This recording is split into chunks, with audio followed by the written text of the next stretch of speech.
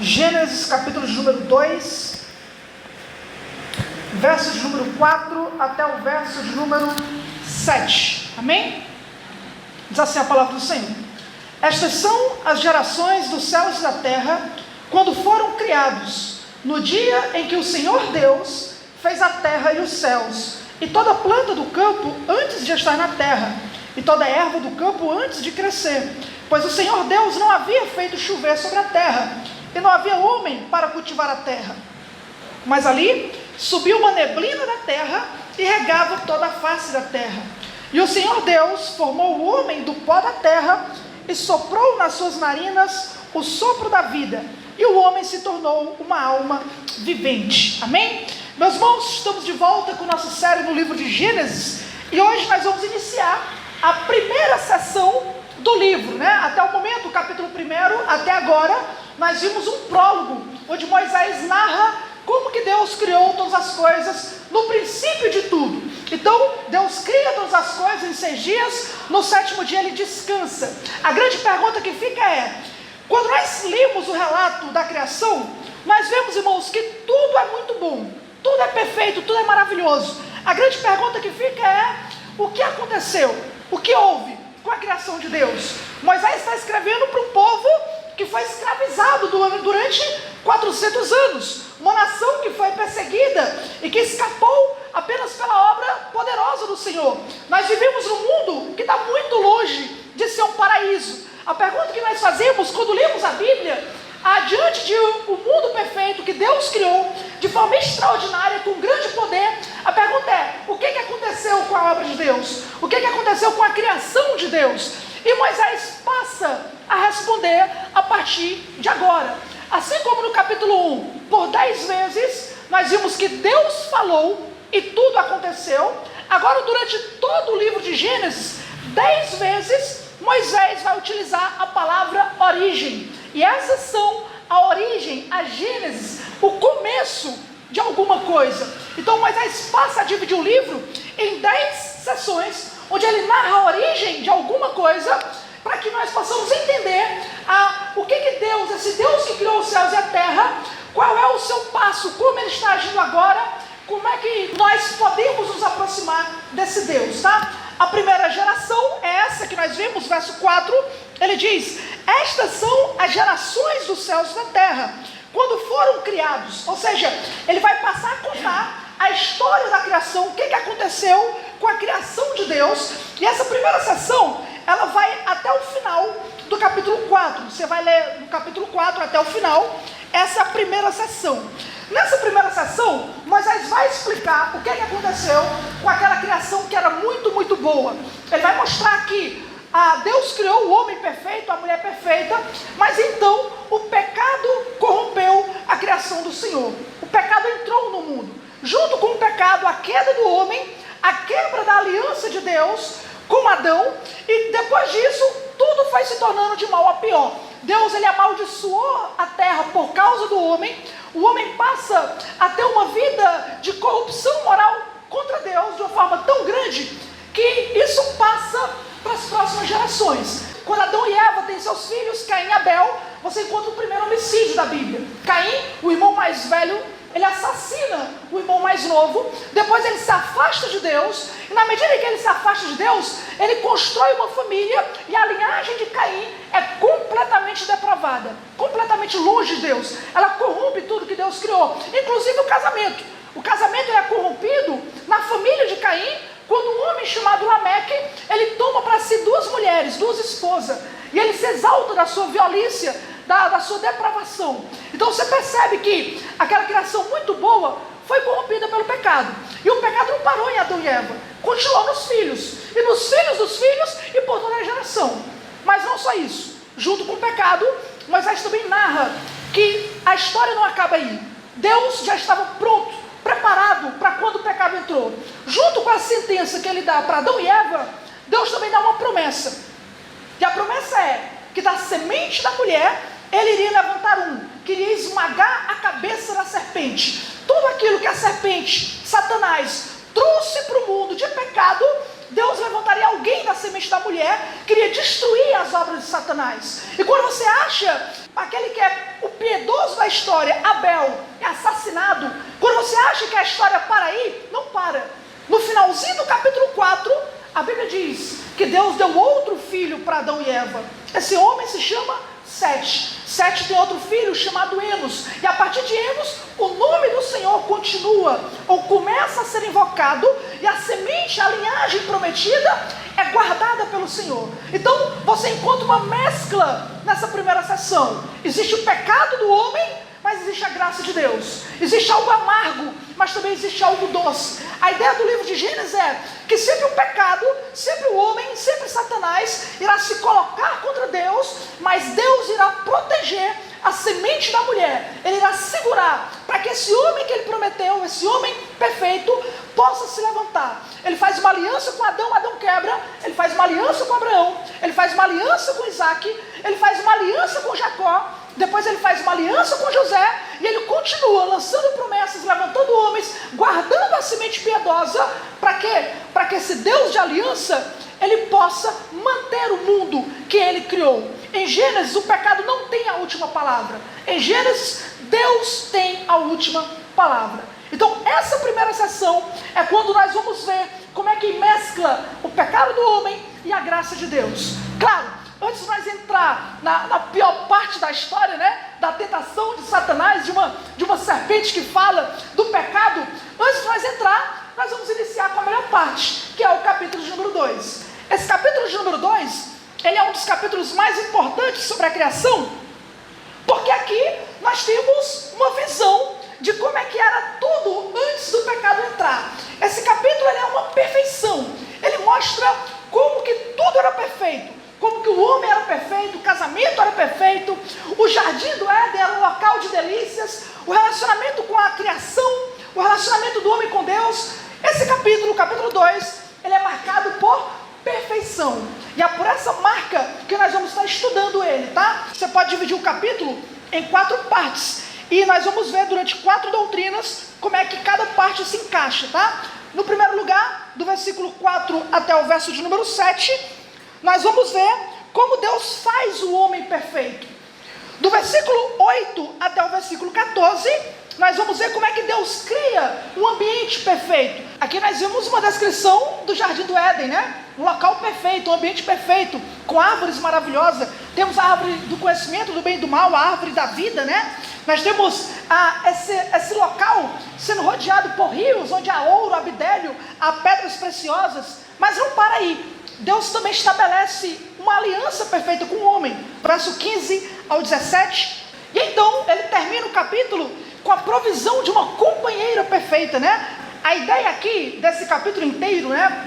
Esse tá cheio de detalhes, né? Detalhes que a gente não vê no capítulo 1. A ideia é mostrar a perfeição, como é que eram as coisas antes do pecado ter entrado. Então você encontra um homem perfeito, você encontra um ambiente perfeito, há uma aliança perfeita entre Deus e o homem, há uma companheira perfeita, existe algo maravilhoso nesse capítulo, né? Hoje nós vamos iniciar então, só do verso 4 ao 7, nós vamos ver como é que Deus faz um homem perfeito, como é que Deus fez um homem perfeito. Vou dividir a mensagem apenas em 2 partes, para que os irmãos possam entender de forma completa.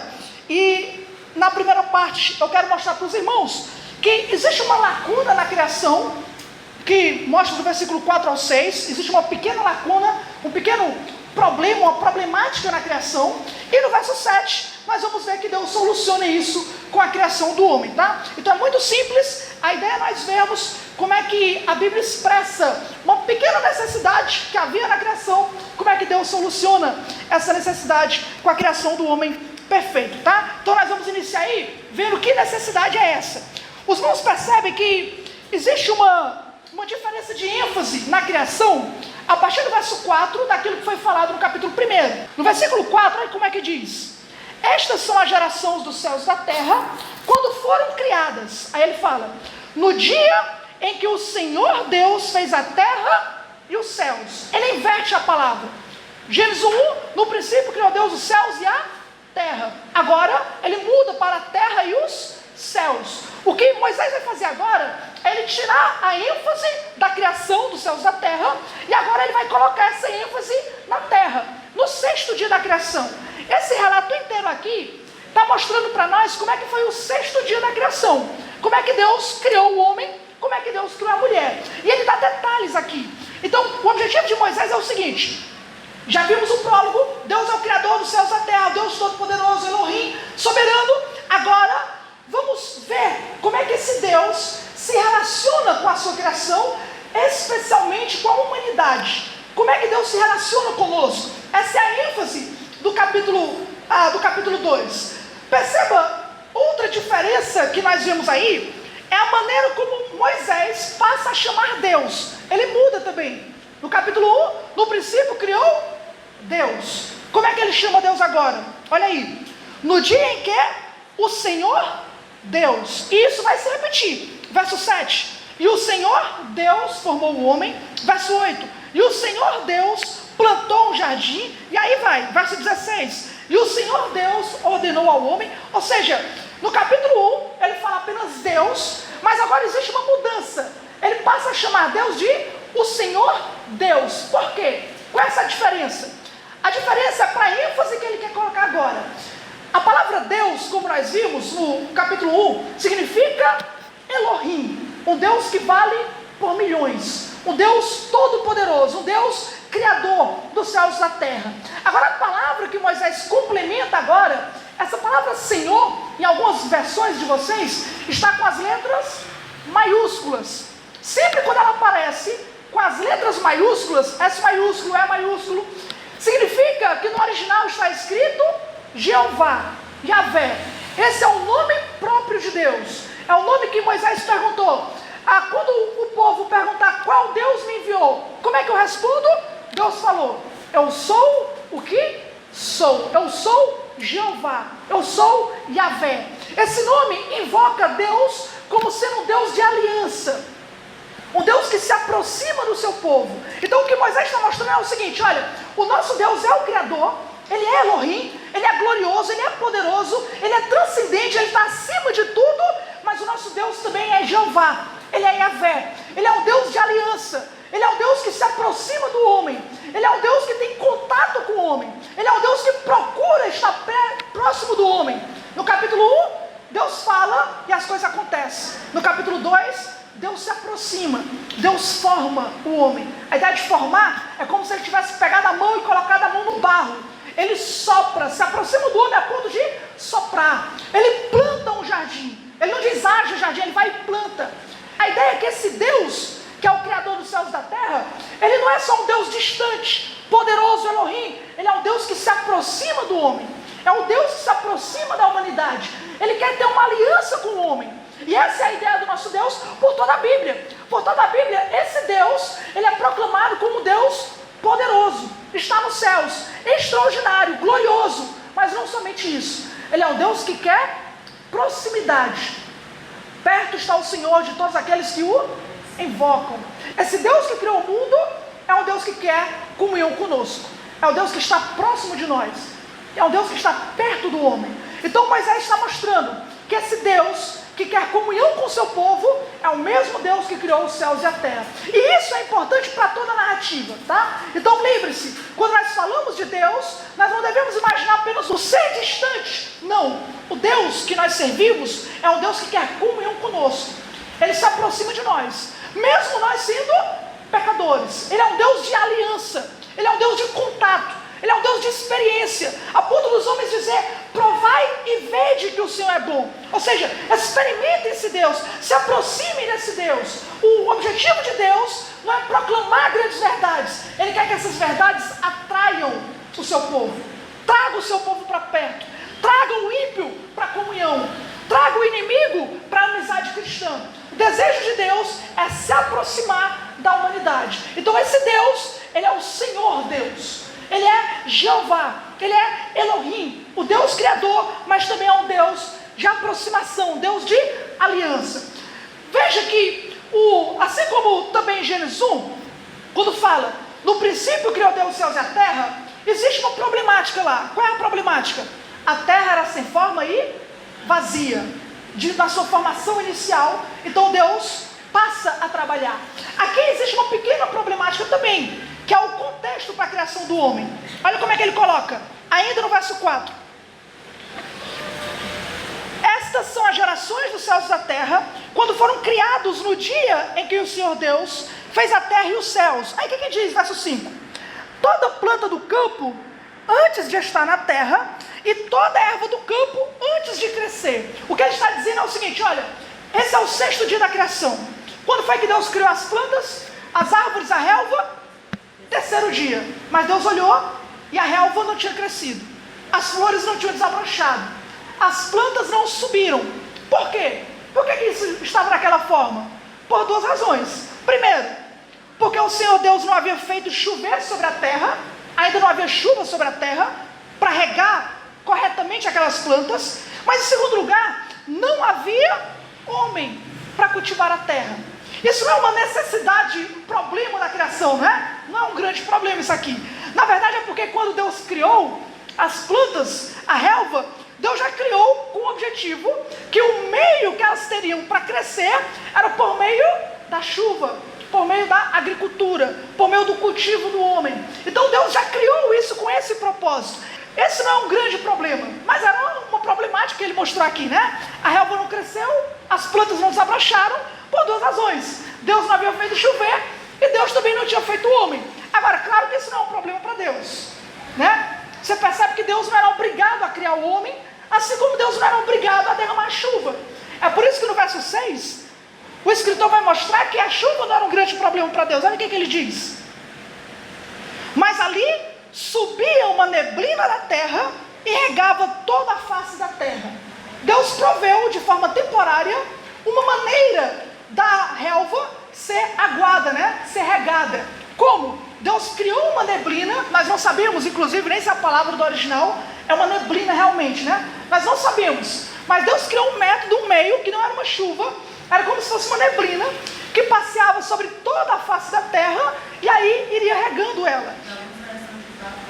Um vapor, né? Também poderia ser. Então, isso aqui é uma explicação antes da chuva, mas é um método temporário que Deus havia estabelecido para aquele momento, enquanto não havia chuva, né? Por isso ele coloca essa forma. Então, é uma problemática, mas irmãos, é uma problemática assim que não chega nem a ser problema de verdade, né? Você percebe que a criação é tão perfeita que qual é o problema da criação? É porque a relva não está crescendo, né? É porque as plantas não desabrocharam. Isso não é problema, né? Agora, isso mostra também que nós estamos muito distantes do 6º dia da criação. Muito distante. Talvez a falta de homem para capinar ainda seja um problema. Recentemente, a minha mãe, ela foi ver uma casa para alugar e ela me levou junto. E aí nós fomos olhar essa casa, uma casa grande, né? Tinha uma área, 3 quartos, cozinha. E aí nós olhamos a casa, quando a gente foi para o quintal, aí você percebia 2 coisas. Primeiro que tinha chuva. O problema não era a chuva, né? Chovia muito, estava cheio d'água lá. Agora, em segundo lugar, realmente não tinha homem para capinar o mato lá. O negócio estava brabo. Mas, gente, isso aqui, a nossa realidade é muito distante daquilo que é pintado aqui nesse dia, tá? Isso aqui é muito distante. Eu imagino Deus no 6º dia da criação, se levantando no seu trono, olhando para a criação e dizendo: a relva não cresceu, as plantas não desabrocharam, falta chuva, falta criar um homem para poder cultivar a terra. Você passa anos depois, a Bíblia pinta outro retrato. A Bíblia pinta o retrato de que Deus se levanta do seu trono e ele olha para a criação, ele olha para a terra e ele diz: não há homem nenhum que busque, não há homem que entenda, não há ninguém que faça o bem. O problema da criação é completamente outro. Antes o homem era um possível agente de solução para a criação. Hoje nós vemos que o homem é um problema na criação. O homem é aquilo que corrompeu a criação. Quando Deus olha, o problema de Deus não é a chuva, não é o mato, pelo contrário. O problema de Deus na criação é o pecado do homem. O pecado a tal ponto que, na medida que você for ler Gênesis, essa chuva que estava sendo segurada para regar a terra e nascer a vegetação, é uma chuva que Deus desce para condenar o homem, para limpar a criação do homem, da raça humana. O dilúvio desce para exterminar o homem, porque o homem é o problema da criação de Deus. Então você percebe que naquele momento um problema da criação era extremamente simples em relação ao que nós vemos hoje. E nós sabemos que o problema de hoje é muito maior. Nós enfrentamos problemas, nós enfrentamos dificuldades. Nós sabemos que o nosso problema não é capinar um quintal. Nós sabemos que o nosso problema é muito mais sério. Mas é claro, se Deus que olha para um problema tão pequeno, que é o fato das ervas não terem nascido, não terem brotado, da planta ter desabrachado. Um Deus que olha para um problema tão pequeno desse e procura uma solução, pode ter certeza, esse mesmo Deus também vai solucionar o problema desse mundo mal. Ele vai solucionar. Esse Deus que olha para aquilo tão simples e Ele não deixa passar nada, é um Deus que não deixará passar nada da criação da forma como ela está. Ele ainda olha desde os céus. A Bíblia diz que Ele contempla os bons e os maus. E a Bíblia diz que Ele também tem preparado um homem perfeito, mais que perfeito, para lidar com o problema dessa criação. Mas isso nós vamos falar melhor daqui a pouco. Mas nós sabemos que o nosso Deus há de lidar com tudo aquilo que acontece na criação. Afinal de contas, como nós vimos no Salmo 50, toda a terra é do Senhor e toda a plenitude ainda é dele. Ainda é dele. Deus não abandonou a terra por causa do pecado do homem. Deus não ignorou a terra, pelo contrário. A criação ainda é uma obra de Deus e é uma obra que será redimida, porque Deus é o Criador. Mas como é que Deus soluciona esse problema de forma que o nosso texto coloca? A solução para o problema aqui na criação é a formação do homem. Deus soluciona o problema da chuva com a neblina. Deus soluciona o problema da agricultura com a formação do homem. Olha o verso de número 7. E o Senhor Deus, mais uma vez, o Deus Jeová, formou o homem do pó da terra, soprou nas suas narinas o sopro da vida, e o homem se tornou uma alma vivente. A solução de Deus para o mundo perfeito é a criação de um homem perfeito. E existe uma beleza nesse texto. Esse texto ele junta uma beleza com a humildade. Moisés disse que ao redor tinha ouro, tinha pedras preciosas, tinha bidélio, tinha tudo isso. Deus não pega nada disso. Deus pega o pó da terra. E aí olha como é que a Bíblia coloca a maneira como Deus cria o homem. Diz o seguinte: e o Senhor Deus formou o homem. Essa palavra tem um cuidado tão grande, um carinho tão grande, que é difícil interpretar ela. A ideia aqui é de um artesão. Ele não disse haja homem e houve homem, não. A ideia é que Deus, Ele cuidou pessoalmente da criação do homem. A ideia é de um artesão, de alguém que está fazendo a sua obra principal, com todo o cuidado. Não é como a criação dos animais, que a Bíblia diz que Deus disse, os animais, produz a terra os animais, e aí começa a produzir em série, vários animais começam a brotar da terra. Não é assim com o homem. O homem é formado. Deus suja suas mãos de barro e barro molhado. Porque a ideia aqui, algumas versões antigas traziam argila, né? A ideia é que a neblina, ela molhava o pó da terra e Deus formou o pó da terra. Essa é uma diferença enorme. É como você entrasse na fábrica da Grandene e aí você visse os maquinários produzindo produtos em massa. Várias máquinas produzindo vários produtos em massa. Aí você sai da Grandene e entra dentro da casa de um escultor. E aí é outra história. Você vê um cara completamente observando aquilo que ele está fazendo de forma minuciosa, com cuidado, com atenção. Deus não está criando o homem como criou os animais, em série, em massa. Deus está formando o homem com cuidado, está tecendo o homem. E esse cuidado, irmãos, é um cuidado que para nós tem um valor. Que valor é esse? O valor que para a Bíblia, para a teologia cristã, o nosso corpo não é qualquer coisa. O nosso corpo ele foi formado cuidadosamente por Deus. E é por isso que na visão cristã, o corpo do homem, formado por Deus com cuidado, ele tem que ser valorizado. Ele tem que ser cuidado. Por quê? Porque é a obra do Criador. Isso não muda ao passar a Bíblia. Olha, Salmo de número 139. Salmo 139, 14 ao 16. Visto que de modo assombrosamente maravilhoso me formaste, as tuas obras são admiráveis, e a minha alma não sabe muito bem. Os meus ossos não te foram encobertos quando novo me formado, nem entretecido como nas profundezas da terra. Os teus olhos viram a minha substância ainda informe, e no teu livro foram escritos todos os meus dias, cada um deles escrito e determinado, quando nem deles ainda existia. Olha isso. O salmista não vê a criação de Adão como um caso à parte. Adão foi formado com cuidado, agora a gente não, né? A gente que nasce aí criança doidada, não tem problema nenhum, não. Ele diz, eu olho para a minha criação e fico assombrado. É como se Deus tivesse me entretecido no pó da terra, como fez com Adão. De forma tão extraordinária, que os meus ossos ainda informe Deus está lá, entretecendo. Para a Bíblia, irmãos, o nosso corpo, ele é entretecido por Deus. O apóstolo Paulo, ele vai usar esse argumento. Agora nós vamos para 1 Coríntios, capítulo número 6. Olha como é que o apóstolo Paulo aplica essa verdade na nossa vida cristã. Interessante que Jesus, quando ele curou o cego, né, ele cuspiu no chão, né, fez um lobo ali de barro, né, e passou no olho do cego, né, e mandou ele lavar na água, né. Sim. Quando ele lavou, o cego pode enxergar. É interessante, né, quando Jesus, né, ele realmente olhava, né, para a sua criação, né, e ali ele, né, realmente fazia o que para os olhos humanos era impossível, né. Era impossível, mas para Deus tudo era possível.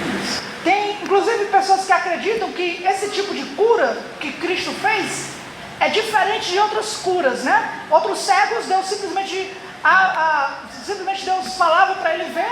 O que tu queres de mim? Eu quero ver. Então vê, né? Mas esse cego não. Esse cego, Cristo, ele pega um barro, coloca no olho. Então, alguns estudiosos acreditam que o problema desse cego é que ele não tinha o globo ocular. Ele não tinha. Então Cristo coloca esse barro no local e aí ele manda lavar e aí o milagre acontece. É como se do pó da terra ele estivesse mostrando que ele tinha o mesmo poder criador de Deus, né? Interessante isso. 1 Coríntios 6, agora o verso de número 18. Olha como é que Paulo aplica isso no corpo, na vida cristã. Fugir da fornicação. Todo pecado que o homem comete está fora do corpo, mas o que comete fornicação peca contra o seu próprio corpo. Ou não sabeis que o vosso corpo é o templo do Espírito Santo que está em vós, proveniente de Deus, e que não sois de vós mesmos? Por que nós não somos de nós mesmos? Aí o verso 20. Porque fostes comprados por um preço. Portanto, glorificai a Deus tanto no vosso corpo como no vosso espírito, os quais são de Deus. Esse corpo é o corpo físico, é o nosso corpo. Então, para a Bíblia, Deus formou o corpo do homem com cuidado, com atenção. Então, o corpo do homem não é qualquer coisa. Pelo contrário, nós vemos que, biblicamente falando, o cuidado com o corpo é tal que até para fugir das impurezas, da imoralidade, Paulo utiliza esse argumento, dizendo o quê? Que Cristo não veio salvar só nossas almas. Cristo veio redimir o nosso corpo. Ou seja, Cristo não se importa só com o que nós fazemos em relação à alma, mas Cristo se importa com o que nós fazemos com o nosso corpo. E esse é o tipo de teologia que na época da igreja primitiva, meu amigo, o problema era sério. Por quê? Porque naquela época havia um desprezo pelo corpo humano. O gnosticismo, que era uma seita da igreja primitiva ali do primeiro século, eles acreditavam que a matéria era má e que o corpo humano, portanto, ele era mau. Deus se importava com a sua alma, com o seu espírito. Então essa turma gnóstica, essa turma de herege, se dividiu em dois grupos. O primeiro grupo falava o seguinte: olha, o seu corpo é mau, então não mima teu corpo. Pelo contrário, castiga o teu corpo. Quanto mais você castigar o teu corpo, que é mau, mais o teu espírito será livre. Melhor você vai poder servir a Deus. Está com fome? Não coma, castiga o corpo. Está com sede? Não beba, castiga, faça jejum. Quer dormir enrolado dentro do quarto? Não, vai para o deserto, se esconde lá. Não se assia, não se cuide da sua saúde, porque o corpo perece, o que importa é a alma. Então havia esse grupo que dizia: castiga o teu corpo, não se importa com higiene, não se importa em mimar o teu corpo, porque Deus quer saber da tua alma. Aí o outro grupo de gnósticos hereges era mais radical. Eles diziam o seguinte: ora, se Deus não se importa com o corpo, Deus quer saber da alma, então tanto faz o que você faz com o seu corpo. Você pode entregar o seu corpo à devassidão, pode entregar as maiores obscenidades, pode se entregar às maiores imoralidades. Deus não se importa com o corpo, Deus se importa com a alma. Esse ensino ainda ecoa hoje. Existe uma igreja em São Paulo chamada Igreja da Graça, se eu não me engano. Essa Igreja da Graça, ela é constituída de pessoas LGBTs, né? De pastores homossexuais e tudo mais. E aí numa reportagem passada por um jornal, inclusive para entender a teologia deles, Eles argumentaram o seguinte: olha, Deus não se importa com a minha vida sexual, Deus não se importa como eu uso o meu corpo, como eu me relaciono, Deus se importa com o meu coração, Deus se importa com a minha alma. Não. Deus criou o seu corpo de forma caprichosa, cuidadosa. Cristo redimiu só a tua alma? Não. Cristo quer comprar o teu corpo. Quando nós morremos e nós ressuscitamos em glória, nós vamos ressuscitar com o corpo, um corpo glorioso, mas seremos matéria, porque Deus nos criará. Ele não vai criar outro céu e outra terra, Ele vai criar novos céus e nova terra. Nós seremos corpo. Então há, às vezes, dentro da própria igreja, pessoas que não se importam com o corpo, que não valorizam o corpo. E isso pode ser desde aquela parte mais que a gente espera ouvir, né? Vai para a academia, cuida do teu corpo, cuida da tua saúde, faz a tua corrida para cuidar do teu corpo. Isso é correto? É correto. Precisa se importar com o seu corpo, mas vai até para o outro lado. Quando o rapaz está doente, geralmente é os homens, né? Quando os homens estão doentes, estão com problema no seu corpo, estão com alguma enfermidade, não querem tratar, e aí ignoram o corpo, deixa o corpo padecer, para não cuidar, para não se envolver, por não se importar. Deus quer que você cuide do seu corpo. Houve um pastor muito famoso, Robert McCheyne. Ele morreu com 29 anos. Deus usou muitas pessoas, mas Deus usou esse rapaz, esse jovem, de uma maneira muito especial. Só que esse homem só tinha 26 anos quando Deus usou ele. E ele morreu com 29 anos. Por que ele morreu com 29 anos? Na cabeceira da cama ele falou algo que ficou famoso na história da igreja. Ele disse: Deus me deu uma mensagem e um cavalo.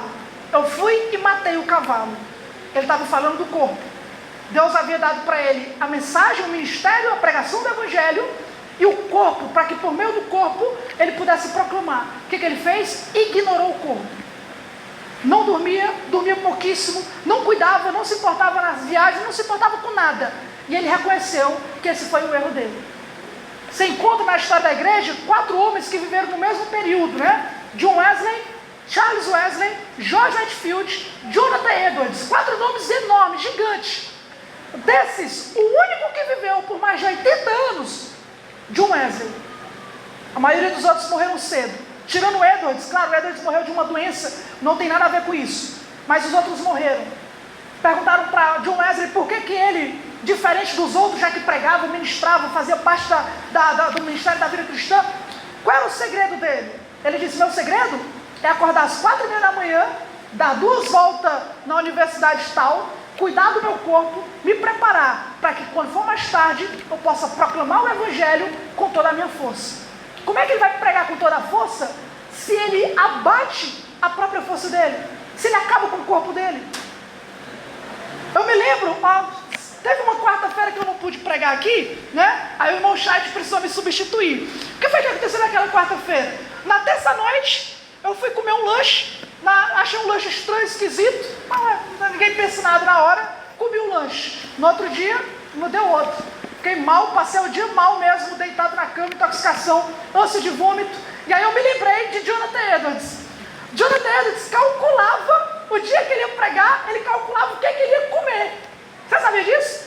Ele falava com a esposa o que ele ia comer. Para quê? Para que não desse má digestão nele, para que ele pregasse a palavra sem problema nenhum, sem interferência.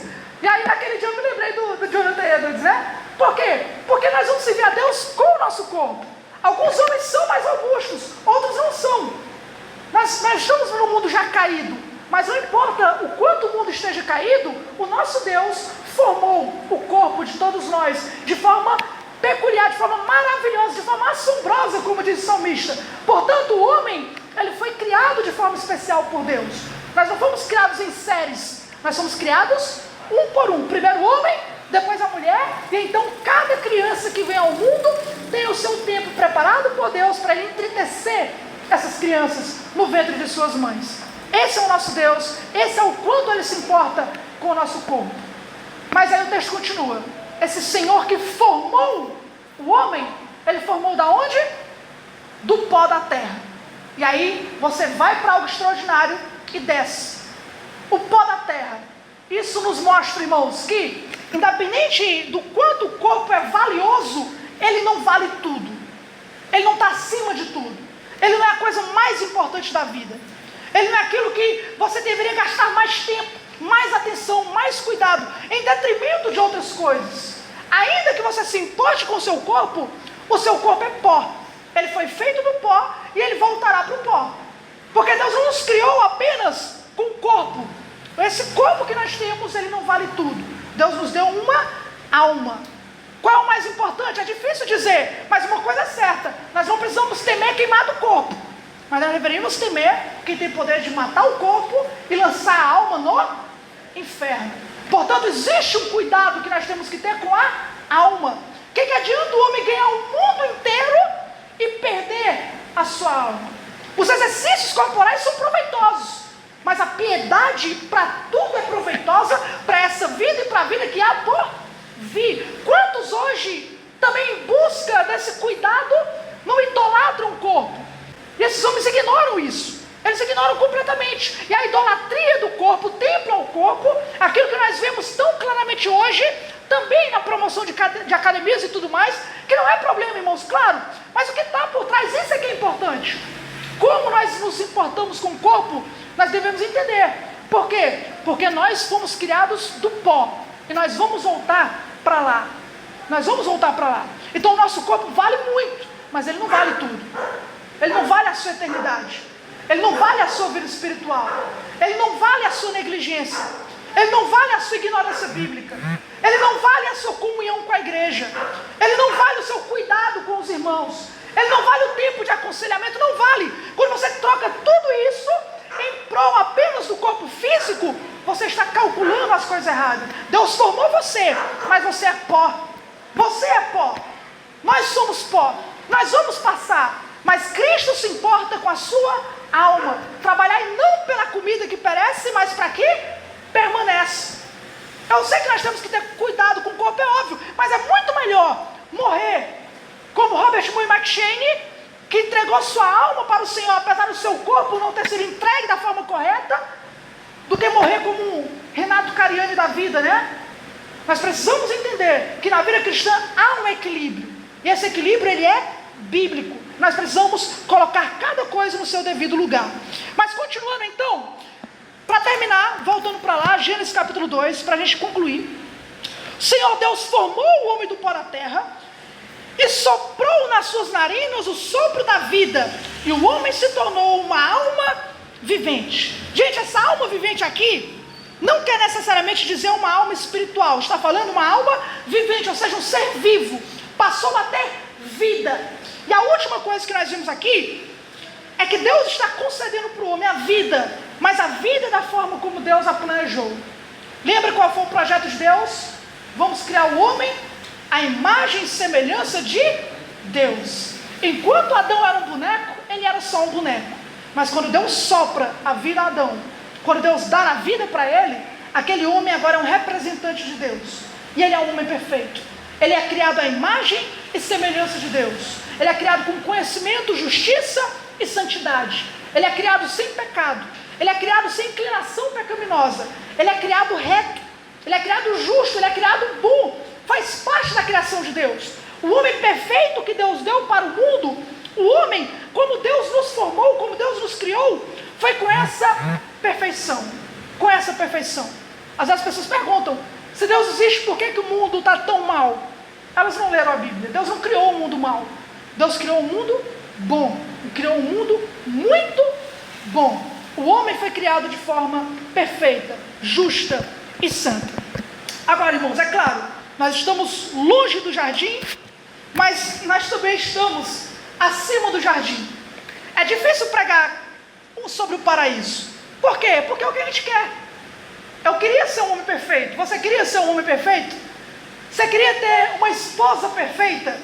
Um marido perfeito? Todos nós queríamos. Quando a gente escuta pregação em Gênesis, a vontade que tem é de voltar para lá. É de olhar para trás e sair da igreja pensando: por que Adão fez isso, né? Por que Adão pecou? Era tão perfeito, era tão maravilhoso. E eu não queria, irmãos, que você saísse pensando isso. Não queria. Por que eu não queria? Porque isso aqui não é o final da história. A Bíblia nos apresenta, lembra do problema do mundo que eu falei agora há pouco? Esse Deus que viu um problema tão pequeno e resolveu com um homem tão pequeno. Agora ele vê um problema grande, e ele resolve com um homem também grande. Adão não foi o único homem perfeito que Deus enviou.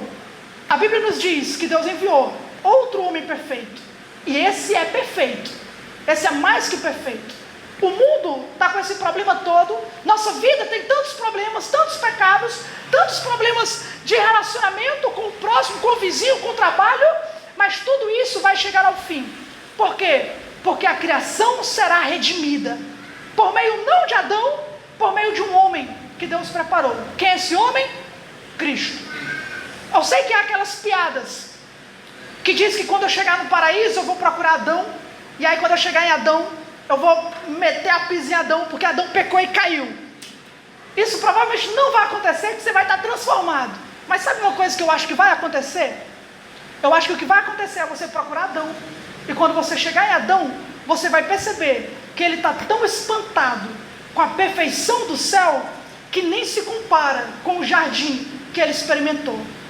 Isso provavelmente vai acontecer. O que vai acontecer é ele olhar para o mesmo Cristo que nós vamos olhar, e achar que esse homem é tão perfeito que ele não entende. Como que eu, que experimentei perfeição, agora estou diante de um homem mais perfeito do que eu? Isso ele vai dizer, porque a perfeição que Cristo tem é maior do que Adão. Do que tudo que Adão perdeu, Cristo conquistou muito e muito mais. E isso é que é maravilhoso. Adão foi criado do pó e voltou para o pó. Mas sabe o que Cristo, esse homem, fez por nós? Você vai se levantar do pó mais uma vez, mas você não vai mais voltar para o pó. Nós vamos nos levantar de novo. Adão estará junto com a gente, mas nós não vamos mais voltar para lá, porque o que esse homem perfeito conquistou para nós não foi uma perfeição temporária no jardim do Éden, foi uma perfeição eterna na cidade de Deus, na Nova Jerusalém. O que nós vemos em Adão é uma coisa que nós perdemos, mas nós estamos caminhando rumo a uma perfeição maior, uma conquista maior, que o nosso Adão, que o segundo homem experimentou, e é muito melhor. 1 Coríntios 15, o apóstolo Paulo vai dizer que quando nós morrimos e somos enterrados, o irmão Chay pregou de forma maravilhosa no capítulo 15, domingo, mas Paulo vai dizer o seguinte: olha, quando nós somos enterrados como uma semente. Você planta uma semente, e ali nasce uma planta, nasce uma flor, nasce algo totalmente diferente do que foi enterrado. E aí ele diz, nós também, nós seremos enterrados com esses corpos corruptíveis, herdados de Adão, mas nós ressuscitaremos em corpos gloriosos, herdados por Cristo. Quando nós estivermos sendo velados e enterrados, irmãos, nós que estamos em Cristo, nós não estamos lá como sendo a nossa última parada, não é. Nós estaremos sendo plantados por Cristo, nós estaremos sendo plantados por Deus, e nós nos levantaremos novamente como árvores de justiça, como diz Isaías, para a glória de Deus. Aquilo que Cristo nos deu e conquistou é muito maior. Então, eu olho para Gênesis 2, e eu sei, eu não sou perfeito como Adão foi, nós não somos, mas eu sei que para onde nós estamos indo é muito melhor e muito mais glorioso o estilo, o tipo de perfeição que Adão jamais sonhou. Adão perfeito caiu, nós perfeito jamais cairemos por causa de Cristo Jesus. Amém?